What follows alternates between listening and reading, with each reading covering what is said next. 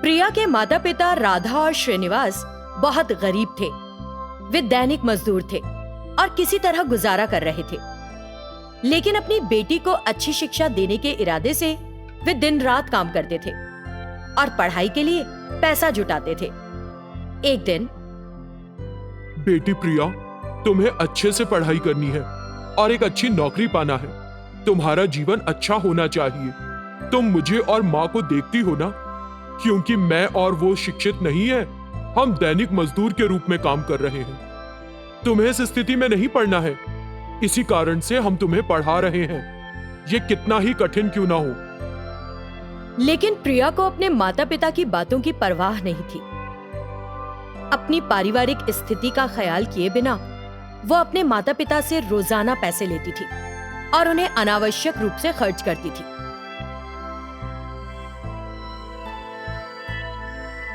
बाबा, मुझे एग्जाम फी देनी है, 1000 रुपए दो। ठीक है बेटी, कल तक रुक जाओ, मैं इंतजाम कर दूंगा। अगले दिन उसने अपने सुपरवाइजर से जहां वो काम करता था एडवांस लिया और वो पैसा प्रिया को दे दिया। कुछ और दिनों के बाद, बाबा, मेरे सभी दोस्त पिकनिक पर जा रहे हैं, मैं भी जाऊंगी। मेरी गुड़िया, अभी मेरे पास पैसा नहीं है, तुम अगली बार चली जाना। नहीं, मुझे इसी बार जाना है। क्योंकि वो मानी नहीं, श्रीनिवास ने फिर से अपने सुपरवाइजर से पैसा उधार लिया और प्रिया को दे दिया।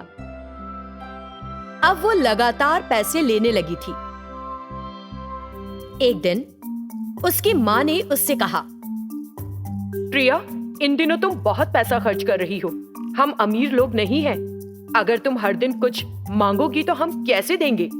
हमें जो कुछ भी हमारे पास है उसी में बसर करके जीना है। राधा, ये बात छोड़ दो, वो एक छोटी सी बच्ची है, अपनी खुशी से मांगती है। मैंने कितनी बार तुमसे कहा है, हमारी मुश्किलें उससे मत कहो। ये बात सही नहीं है। यदि तुम उसका इसी तरह खर्चा उठाते रहोगे तो उसे पैसे की कीमत का पता नहीं चलेगा। वो जबरन की चीजों में पैसा खर्च करेगी। ठीक है, छोड़ो। किसी भी तरह हमने बचपन से अब तक किसी भी उम्र का मजा नहीं लिया। हमारी अपनी पूरी जिंदगी मेहनत करते हुए बीत रही है। कम से कम हमारी बेटी तो मजे कर लेना। इस तरह उसके सामने रोना रोने से क्या कुछ हल होगा? तुमने मेरी बात कब सुनी है जो आज सुनोगे? ठीक है, तुम्हारी मर्जी, तुम्हारी बेटी की मर्जी। मैं अब से कुछ नहीं बोलूंगी। वो शांत हो गई। प्रिया दिन ब दिन अधिक पैसे खर्च करने लगी थी। इस वजह से उसने अपने सुपरवाइजर से बहुत सारा उधार ले लिया। उस पूरे महीने का वेतन कर्ज चुकाने में चला गया था। 1 रुपया भी घर नहीं आया। इस महीने वेतन ही नहीं मिला, खर्चा कैसे चलेगा? वो दुखी था और ऐसे ही सोचते हुए घर आया। पहले जो पैसे बचाए थे, उस महीने उन्होंने उससे अपनी बेटी को 3 बार खाना खिलाया और वे दोनों दिन में केवल 1 बार खाना खा के रहे। बाकी 2 बार पानी पीकर रह गए। कुछ दिनों बाद बचा हुआ पैसा भी खत्म हो गया। श्रीनिवास को समझ नहीं आ रहा था कि क्या करे, और दूसरी तरफ प्रिया के लिए पैसे खर्च करने और मजे करने की कोई सीमा ही नहीं रही थी। उन्होंने एक एक करके अपनी घर की चीजें बेची और प्रिया को पैसे दिए। कुछ दिनों के बाद घर की सारी चीजें भी खत्म हो जाती हैं। वो नहीं जानता था कि क्या करना है और बड़ी चिंता में डूबा था। इसी में वो एक ऊंची इमारत से नीचे गिर गया। उसके दाहिने पैर में चोट लगी और वो अपाहिज हो गया। पैर को वापस सामान्य अवस्था में लाने के लिए डॉक्टर्स ने कहा कि ऑपरेशन किए जाने की आवश्यकता है और इसमें बहुत पैसा खर्च होगा। क्योंकि उनके पास इतना पैसा नहीं था, राधा रो रही थी और अपने पति के पास बैठी थी। श्रीनिवास, तुम चिंता ना करो। मेरे माता पिता ने मुझे दहेज के रूप में जो जमीन दी है, हम उस जमीन को बेच देंगे और ऑपरेशन कराएंगे। नहीं राधा, वो जमीन हमारी बेटी की आगे की पढ़ाई के समय काम आएगी। उस समय जो होगा उस समय देखेंगे ना। नहीं राधा, हमारे लिए उतने धन की व्यवस्था करना संभव नहीं हो पाएगा, इतनी क्षमता नहीं है। तो फिर अब कैसे करें? डरो मत राधा, कल से मैं काम पर जाने लगूंगा। तुम एक पैर से काम कैसे कर पाओगे? अरे राधा, बाधाएं हमारे लिए नहीं है क्या? हमारी बेटी को खुश होना चाहिए, यही हमारे लिए काफी है। प्रिया जो बगल के कमरे में थी, उसने उन शब्दों को सुना। वो खुद से, मैंने बहुत बड़ी गलती की है। इतने दिनों से मैंने अपने माता पिता की मेहनत को बर्बाद किया। मैंने पैसे के मूल्य को जाने बिना बुरा व्यवहार भी किया। अब से मुझे अपने माता पिता की मदद करनी चाहिए, उनकी स्थिति सुधारनी चाहिए। क्योंकि उसे अपनी गलती का एहसास हो गया था, उसने ट्यूशन लेना शुरू कर दिया और पैसे कमाए। उसने उस पैसे को सावधानी से बचाया और जिम्मेदारी से व्यवहार किया। एक दिन उसने कमाए हुए सारे पैसे अपने पिता को दे दिए और उन्हें सब कुछ बताया। यह सुनकर श्रीनिवास को अपनी बेटी में अच्छा बदलाव देखकर खुशी हुई। तो क्या आपने देखा, हमें अपने माता पिता के साथ सुख और दुख दोनों साझा करना होगा। जो अपने माँ बाप की जिम्मेदारी साझा करते हैं, वही असली औलाद है। आप भी सब ऐसा ही करेंगे ना? वो एक छोटा सा गांव था। उस गांव में महेश नाम का एक व्यक्ति अपनी बेटी शोभा के साथ रहता था। शोभा 5 साल की ही थी। उसकी माँ की उसके पैदा होते ही मृत्यु हो गई थी। इसीलिए महेश ने शोभा की देखभाल के लिए एक आया को रख लिया था। नाम था शारदा।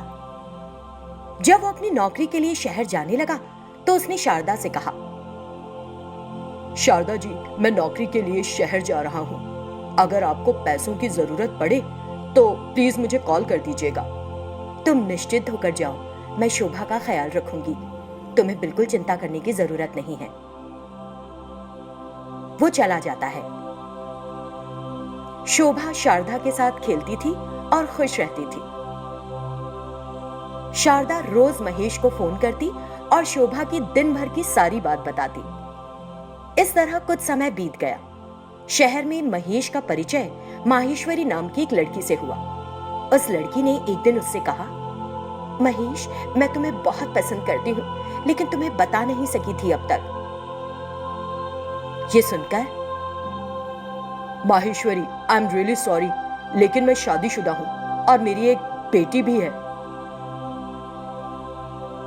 मुझे तुम्हारे बारे में सब कुछ पता है महेश, और मुझे कोई प्रॉब्लम नहीं है। मैं तुम्हारी बच्ची की देखभाल भी करूंगी, मैं वचन देती हूँ।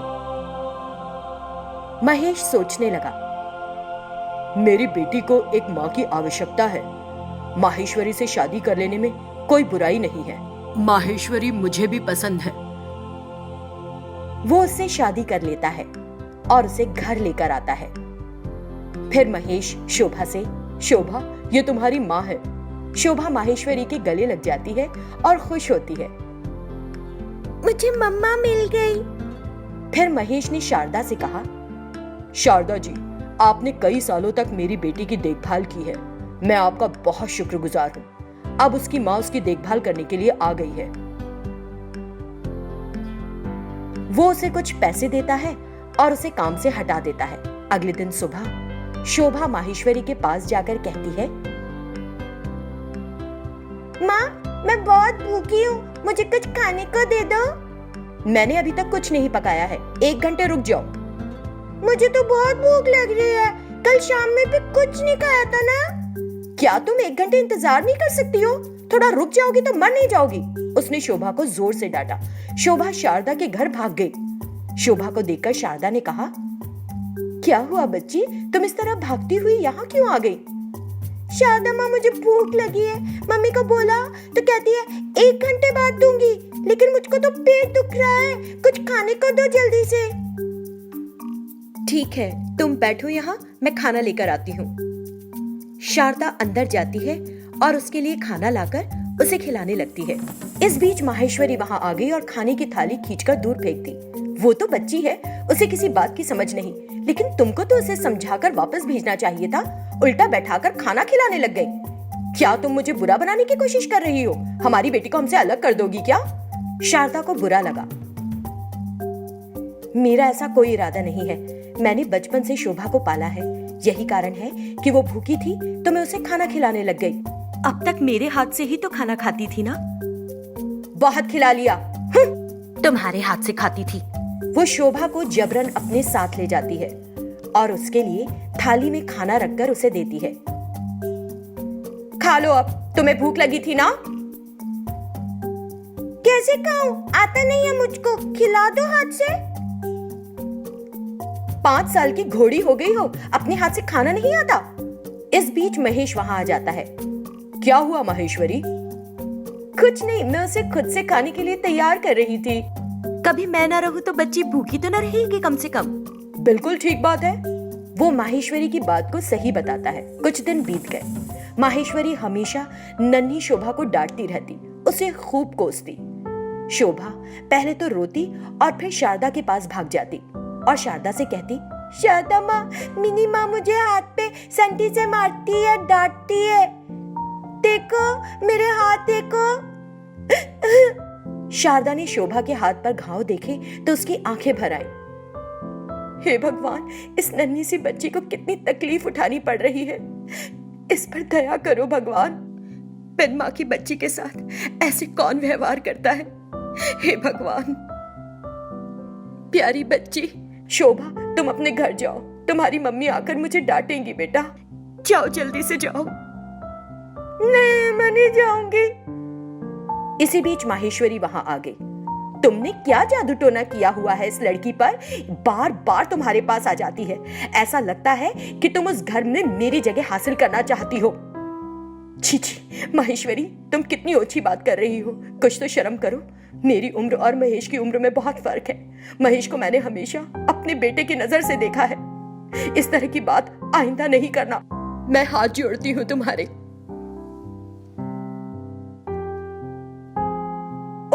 तो फिर शोभा को अपने पास ही रख लो और उसे अपनी पोती मानकर पालो अच्छे से। माहेश्वरी घर लौट जाती है और महेश के शारदा के खिलाफ कान भरती है।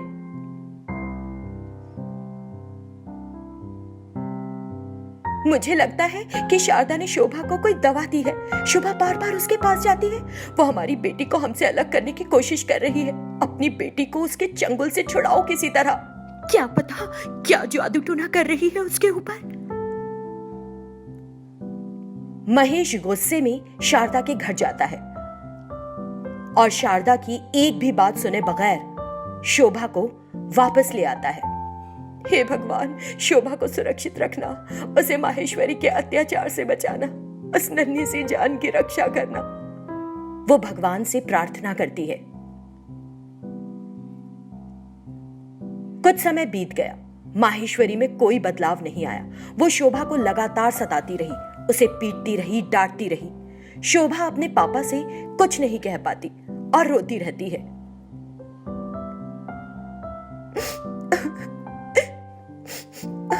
मुझे शारदा माँ के पास जाना है। मुझे शारदा माँ के पास जाना है, नहीं तो मैं मर जाऊंगी। मेरी माँ मुझे पीटती है।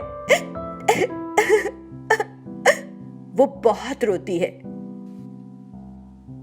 माहेश्वरी ने ये सुना तो, मरना चाहती हो तुम? हाँ, तो जाओ और उस मंची नील के पेड़ का फल खा लो, मर जाओगी। मेरी भी मुसीबत दूर हो जाएगी, उसने गुस्से से कहा और चली गई। शोभा उस पेड़ के पास भाग कर गई, उसका एक फल तोड़ा और खा लिया। आगे क्या हुआ देखेंगे कहानी के अगले भाग में।